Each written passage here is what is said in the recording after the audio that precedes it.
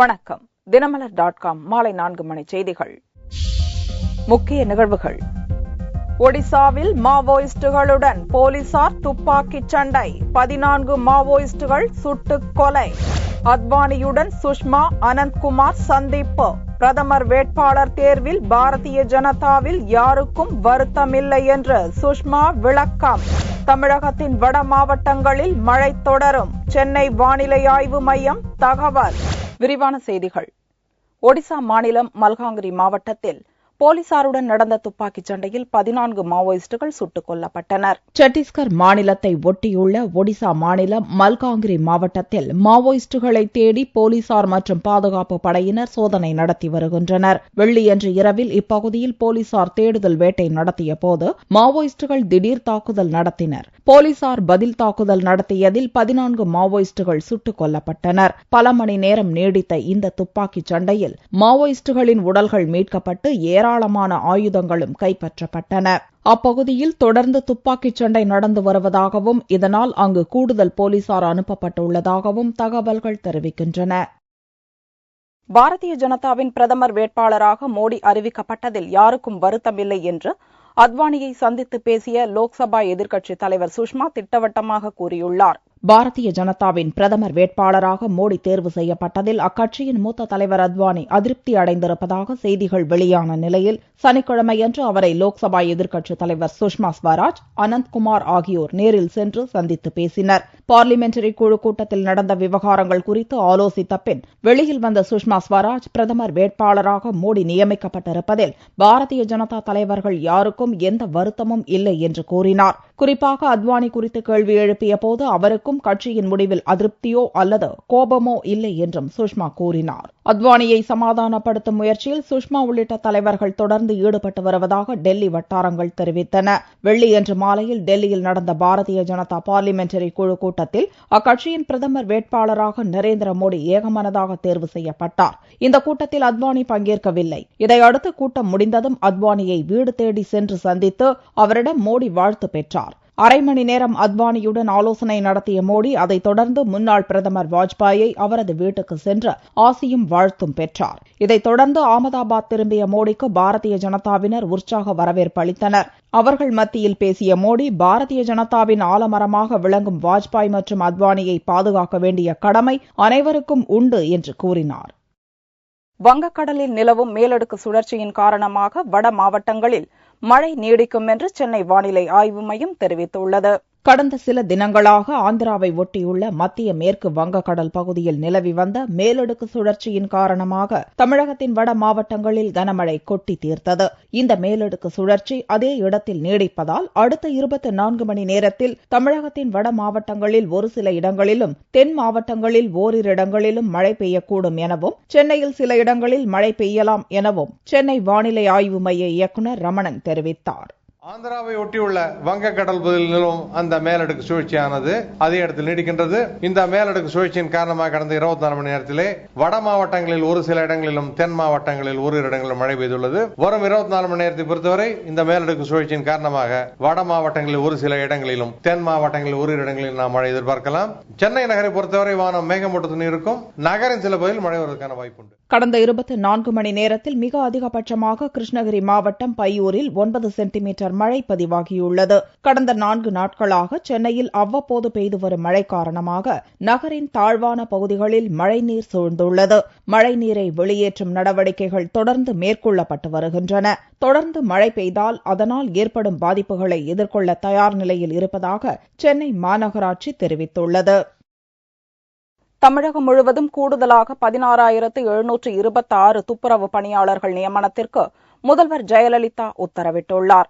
தமிழகம் முழுவதும் தூய்மையான கிராமங்கள் அதிக அளவில் உருவாவதற்கு வழிவகை ஏற்படும் வகையில் மொத்தம் 16,726 துப்புரவு பணியாளர் பணியிடங்களை கூடுதலாக ஏற்படுத்த முதல்வர் ஜெயலலிதா உத்தரவிட்டுள்ளார். புதியதாக உருவாக்கப்படும் பணியிடங்களில் பணியமர்த்தப்படுபவர்களுக்கு தொகுப்பூதியமாக 2000 ரூபாயும் அகவிலைப்படியாக 40 ரூபாயும் வழங்கப்படும் என்று தமிழக அரசின் செய்திக்குறிப்பில் தெரிவிக்கப்பட்டுள்ளது. அண்ணாதுரை பிறந்த நாளையொட்டி ஜெயலலிதா வெளியிட்டுள்ள அறிக்கையில் தமிழகத்தின் உரிமைகளை விட்டுக் கொடுத்து அரசியலில் தனக்கெதிராக உள்ளவர்களை அழிப்பதற்காக காங்கிரஸ் காலடியில் சரணாகதி அடைந்த திமுக தலைவர் கருணாநிதியின் மக்கள் விரோத கொள்கைகள் குறித்தும் அதிமுக அரசின் சாதனைகள் குறித்தும் மக்களிடம் விளக்கி லோக்சபா தேர்தலில் அதிமுகவை வெற்றி பெறச் செய்வதோடு திமுகவை மண்ணை கவ்வச் செய்ய வேண்டும் என்று கட்சித் தொண்டர்களுக்கு அழைப்பு விடுத்துள்ளார். கோவை ரத்னபுரி கருமாரியம்மன் கோவிலில் பல லட்சம் ரூபாய் மதிப்பிலான நகை பணம் கொள்ளையடிக்கப்பட்டுள்ளது. கோவை ரத்னபுரி பகுதியில் உள்ள கருமாரியம்மன் கோவில் பிரசித்தி பெற்றது. வழக்கம் போன்று பூஜை செய்வதற்காக சனிக்கிழமையன்று காலை கோவிலுக்கு பூசாரி பார்த்திபன் சென்றார். அப்போது கோவிலை திறந்தபோது அம்மன் சிலையிலிருந்து நகைகள் காணாமல் போயிருந்ததை பார்த்து அதிர்ச்சி அடைந்தார். இதுகுறித்து ரத்னபுரி போலீசாருக்கு தகவல் தெரிவிக்கப்பட்டது. போலீசார் நடத்திய விசாரணையில் கோவிலில் இருந்த 25 சவரன் நகைகளும் உண்டியலில் இருந்த பல லட்சம் ரூபாய் பணமும் கொள்ளை போனது தெரியவந்தது. இந்த சம்பவம் குறித்து வழக்கு பதிவு செய்துள்ள போலீசார் கொள்ளையர்களை தீவிரமாக தேடி வருகின்றனர். லோக்சபா தேர்தலுக்கு தயாராகும்படி திமுக இளைஞரணி மாவட்ட அமைப்பாளர்கள் கூட்டத்தில் அக்கட்சியின் பொருளாளர் ஸ்டாலின் அழைப்பு விடுத்துள்ளார். திமுக இளைஞரணி மாவட்ட அமைப்பாளர்கள் கூட்டம் சனிக்கிழமையன்று சென்னை அன்பகத்தில் அக்கட்சியின் பொருளாளர் ஸ்டாலின் தலைமையில் நடைபெற்றது. வரும் லோக்சபா தேர்தலுக்கு இப்போதிருந்தே பணிகளை துவக்கும்படி கட்சியினருக்கு அழைப்பு விடுத்த ஸ்டாலின் திமுக ஆட்சி காலத்தில் மக்கள் நலன் கருதி கொண்டுவரப்பட்ட நலத்திட்டங்கள் குறித்தும் அதேவேளையில் தற்போதைய அதிமுக ஆட்சி காலத்தில் ஏற்பட்டுள்ள சட்டம் ஒழுங்கு சீர்குலைவு, விலைவாசி உயர்வு குறித்து மக்களிடம் பிரச்சாரம் மேற்கொள்ள வேண்டும் என்றும் கேட்டுக் கொண்டார். விரைவில் நாடாளுமன்றத்துடைய தேர்தலையும் நாம் சந்திக்கவிருக்கிறோம். அந்த நாடாளுமன்ற தேர்தலில் நாம் ஆற்ற வேண்டிய பணிகளில் மிக மிக முக்கியமான ஒரு பணி நம்முடைய பிரச்சாரம். திராவிட முன்னேற்ற கழக ஆட்சி பொறுப்பில் இருந்தபோது, கலைஞர் அவர்கள் முதலமைச்சராக பொறுப்பில் இருந்தபோது தமிழகத்து மக்களுக்கு நாம் ஆற்றியிருக்கக்கூடிய திட்டங்கள், சாதனைகள், அதை தொடர்ந்து இன்றைக்கு தமிழகத்தில் நடந்து கொண்டிருக்கக்கூடிய ஜெயலலிதா ஆட்சியினுடைய அநியாயங்கள், அக்கிரமங்கள், கொடுமைகள், ஒரு பக்கத்தில் விலைவாசி ஏற்றம், நாட்டில் எங்கு பார்த்தாலும் சட்டம் ஒழுங்கு சீர்குலைந்து இருக்கக்கூடிய கொடுமை. ஆக இந்த நிலைகளை இன்றைக்கு மக்களிடத்தில் எடுத்துச் சொல்லக்கூடிய அந்த பணியை நம்முடைய இளைஞரணி ஏற்றுக்கொண்டு அதை செயல்படுத்துவதற்கான ஒரு தீர்மானமும் இங்கு நிறைவேற்றப்படவிருக்கிறது. வேலூரில் நடக்க இருந்த திமுகவின் முப்பெரும் விழா மழை காரணமாக சென்னைக்கு இடமாற்றப்பட்டிருப்பதாகவும் ஸ்டாலின் தெரிவித்தார். வயது மூப்பின் காரணமாக தஞ்சை பெரிய கோயில் யானை வெள்ளையம்மாள் சனிக்கிழமையன்று உயிரிழந்தது. மறைந்த நடிகர் சிவாஜி கணேசன் தஞ்சை பெரிய கோவிலுக்கு வெள்ளையம்மாள் என்ற யானையை பரிசாக வழங்கினார். வீரபாண்டிய கட்டபொம்மன் படத்தில் வெள்ளையம்மாள் கதாபாத்திரத்தை மனதில் கொண்டு அந்த யானைக்கு வெள்ளையம்மாள் என்று பெயர் சூட்டப்பட்டது.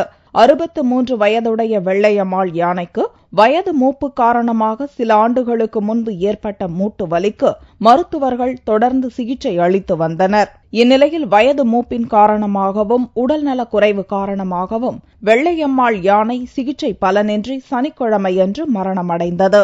தகவல் அறிந்த பக்தர்கள் கோவிலுக்கு திரண்டு வந்து யானைக்கு மலர் தூவி அஞ்சலி செலுத்தினர். இவ்வளவு வருஷம் இருந்து எல்லாரையும் நல்லா இந்த ஊர்ல இருக்கிறவங்களுக்கு ஆசீர்வாதம் பண்ணோம்.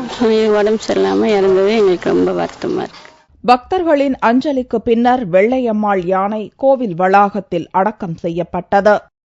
ஷோபியான் பகுதியில் போராட்டக்காரர்கள் மீது பாதுகாப்பு படையினர் நடத்திய தாக்குதலால் சனிக்கிழமையன்று காஷ்மீரில் நடந்த முழு கடையடைப்பு போராட்டத்தால் மக்களின் இயல்பு வாழ்க்கை பாதிக்கப்பட்டது. காஷ்மீர் மாநிலம் ஸ்ரீநகர் பகுதியில் உள்ள ஷோபியான் பகுதியில் சில நாட்களுக்கு முன் பாதுகாப்பு படையினர் முகாமை முற்றுகையிட்டு திடீர் தாக்குதலில் ஈடுபட்டவர்கள் மீது நடந்த துப்பாக்கிச் சூட்டில் பயங்கரவாதி ஒருவன் உட்பட 4 பேர் கொல்லப்பட்டனர். இச்சம்பவத்தை கண்டித்து வியாழனன்று மீண்டும் பாதுகாப்பு படை முகாமை முற்றுகையிட்டு அப்பகுதியினர் போராட்டம் நடத்தினர். அப்போது ஏற்பட்ட மோதலில் மீண்டும் போராட்டக்காரர் ஒருவர் கொல்லப்பட்டார். அமைதியான முறையில் போராட்டத்துக்கு திரண்டவர்கள் மீது போலீசார் காட்டுமிராண்டித்தனமாக தாக்குதல் நடத்தியதாகவும் சம்பந்தப்பட்டவர்கள் மீது நடவடிக்கை எடுக்க வலியுறுத்தியும் ஜம்மு காஷ்மீர் விடுதலை முன்னணி சார்பில் சனிக்கிழமையன்று முழு அடைப்பு போராட்டத்துக்கு அழைப்பு விடப்பட்டது. இதனால் காஷ்மீர் மாநிலத்தின் முக்கிய பகுதிகளில் இயல்பு நிலை முழுமையாக பாதிக்கப்பட்டது. கடைகள் அனைத்தும் அடைக்கப்பட்டு போக்குவரத்தின்றி முக்கிய இடங்கள் அனைத்தும் வெறிச்சோடி காணப்பட்டன. கூடங்குளம் அணுமின் நிலைய சுற்று வட்டாரத்தில் உள்ள 13 பஞ்சாயத்துகளில் தமிழக அரசின் சார்பில் 10,000 கான்கிரீட் வீடுகள் கட்டும் பணிகள் துவங்கியுள்ளன. நெல்லை மாவட்டம் கூடங்குளம் அணுமின் நிலைய சுற்று வட்டார பகுதி மேம்பாட்டு திட்டத்தின் கீழ் ராதாபுரம், வள்ளியூர் பஞ்சாயத்து யூனியன்களைச் சேர்ந்த குட்டம், உவரி, கூடங்குளம், லெவிஞ்சிபுரம், இருக்கன்துறை, செட்டிக்குளம், உதயத்தூர் உட்பட 13 பஞ்சாயத்துகளில் தலா 3 லட்சம் ரூபாய் மதிப்பீட்டில் 10,000 கான்கிரீட் வீடுகள் கட்டப்பட உள்ளன. முதல் கட்டமாக நடப்பு நிதியாண்டில் 5,000 வீடுகளும், பின்னர் அடுத்தடுத்த கட்டங்களில் அனைத்து வீடுகளும் கட்ட முடிவு செய்யப்பட்டுள்ளது. இந்த திட்டத்திற்குரிய பயனாளிகளை தேர்வு செய்வது குறித்த ஆலோசனைக் கூட்டம் நெல்லை கலெக்டர் சமயமூர்த்தி தலைமையில் நடந்தது. கூட்டத்தில் கூடங்குளத்தை சுற்றியுள்ள கிராம பஞ்சாயத்து தலைவர்கள் பங்கேற்றனர். பயனாளிகளை தேர்வு செய்வது தொடர்பான பல்வேறு வரையறைகள் கூட்டத்தில் தெரிவிக்கப்பட்டது. கூடங்குளம் அணுமின் திட்டத்தில் அந்த சுற்றுவட்டார பகுதி மக்களுக்கு வளர்ச்சி திட்டங்களை எல்லாம் 5 கோடி நிதி ஒதுக்கீடு செய்யப்பட்டது. அந்த திட்டத்தின் கீழ் இன்றைக்கு வீடுகளும் கட்டும் பணிக்கான பயனாளிகளை தேர்வு செய்த விதங்களை பற்றி முதற்கட்டமாக 5,000 வீடுகளும், 2ஆம் கட்டமாக 3,000 வீடுகளும், 3ஆம் கட்டமாக 2,000 வீடுகளாம் ஆக மொத்தம் 300 கோடி ரூபாய் மதிப்பீட்டிலே இந்த திட்டங்கள் பற்றி இன்றைக்கு விவாதிக்கப்பட்டன. என்னென்ன தகுதி இருக்கணும் மக்களுக்குங்கிறத அவங்க தெளிவாக சொல்லியிருக்காங்க. வறுமை கோட்டைக்குள்ள இருக்கணும் முதல் தகுதி. இந்த ஊராட்சிக்கு உட்பட்ட பகுதியில் அவங்க இருக்கணும். குடும்ப அட்டை அவங்களுக்கு கண்டிப்பாக வச்சிருக்கணும். இந்த விதவைகள், மாற்றுத்திறனாளி, HIV பாதிக்கப்பட்டவங்க, மனநலம் பாதிக்கப்பட்டவங்க, இவங்க ஒரு குடும்பத்தில் இருந்தால் அவங்களுக்கு முன்னுரிமை கொடுத்து இந்த வீடை கொடுக்கணும்னு சொல்லியிருக்காங்க. இந்த திட்டம் 300 கோடி ரூபாய் செலவில் நிறைவேற்றப்படுகிறது. வரும் 2016ஆம் ஆண்டிற்குள் அனைத்து வீடுகளும் கட்டி முடிக்கப்படும் என்று அதிகாரிகள் தெரிவித்தனர். மாணவர்களை எப்படிப்பட்டவர்களாக உருவாக்க வேண்டும் என்ற கனவை நிறைவேற்ற விழையும் ஆசிரியர்கள் தேர்வு செய்யப்பட்டு அவர்களுக்கு தினமலர் நாளிதழ் சார்பில் லட்சிய ஆசிரியர் விருது வழங்கி கௌரவிக்கப்பட்டது. ஆசிரியர் தினத்தை முன்னிட்டு தினமலர் நாளிதழ் சார்பில் ஆசிரியர்களுக்கு கட்டுரை போட்டி நடத்தப்பட்டது. மாணவர்களிடம் நாட்டுப்பற்று வளர்த்திட, சமூக அக்கறை பெருகிட, லஞ்சமில்லாத புதிய சமுதாயம் அமைத்திட, பொறுப்புணர்வுடன் நீங்கள் செய்து வரும் பணிகள் என்ன, உங்கள் சாதனை என்ன, உங்கள் பார்வையில் மாணவர் சமுதாயம் எப்படி இருக்க வேண்டும் என்ற தலைப்பில் கட்டுரை போட்டி நடத்தப்பட்டது. மதுரை, திண்டுக்கல், தேனி, ராமநாதபுரம், விருதுநகர் ஆகிய மாவட்டங்களைச் சேர்ந்த ஆசிரியர்கள் பலர் கலந்து கொண்டு போட்டிக்கு தங்களுடைய கட்டுரைகளை அனுப்பியிருந்தனர். இதில் சிறப்பாக கட்டுரை எழுதிய 5 மாவட்டத்திலிருந்து 35 பேரை தேர்வு குழுவினர் தேர்வு செய்தனர். அவர்களுக்கு மதுரையில் தினமலர் நாளிதழ் சார்பில் நடத்தப்பட்ட நிகழ்ச்சியில் லட்சிய ஆசிரியர் 2013 விருது வழங்கப்பட்டு பாராட்டு தெரிவிக்கப்பட்டது. ரொம்ப மனசுக்கு திருப்தியா இருந்தது. நம்ம ஆசிரியர் துறையில எவ்வளவு தூரம் நல்லா வந்துட்டு இருக்கோம் அப்படிங்கறத உணர்றதுக்கு இது ஒரு வாய்ப்பா இருந்துச்சு. இப்படி ஒரு வாய்ப்பை முதல் முறையா தினமலர் ஏற்படுத்தி கொடுத்திருக்கு. தினமலருக்கு இந்த நேரத்துல என்னுடைய நெஞ்சார்ந்த நன்றியை எங்கள் பள்ளியின் சார்பில் தெரிவித்துக் கொண்டு விடைபெறுகிறேன். ஸ்டூடெண்ட்ஸ்க்கு நடத்துவாங்க கட்டுரை போட்டி, பேச்சு போட்டின்னு ஃபர்ஸ்ட் டைம் டீச்சர்ஸ்க்கு நடத்திருக்காங்க. ரொம்ப சந்தோஷப்படுறேன் நான். அதுக்கு because of the school I thank the Dinamalar. Thank you. இந்நிகழ்ச்சியில் மதுரை மாவட்ட முதன்மை கல்வி அலுவலர் அமுதவல்லி கலந்து கொண்டு வெற்றி பெற்றவர்களுக்கு விருதுகளை வழங்கினார். அப்போது விழாவில் பேசிய அவர், நல்ல மாணவ சமுதாயத்தை உருவாக்கக்கூடிய களமாக பள்ளி வளாகம் இருக்க வேண்டும் என்று கேட்டுக் கொண்டார்.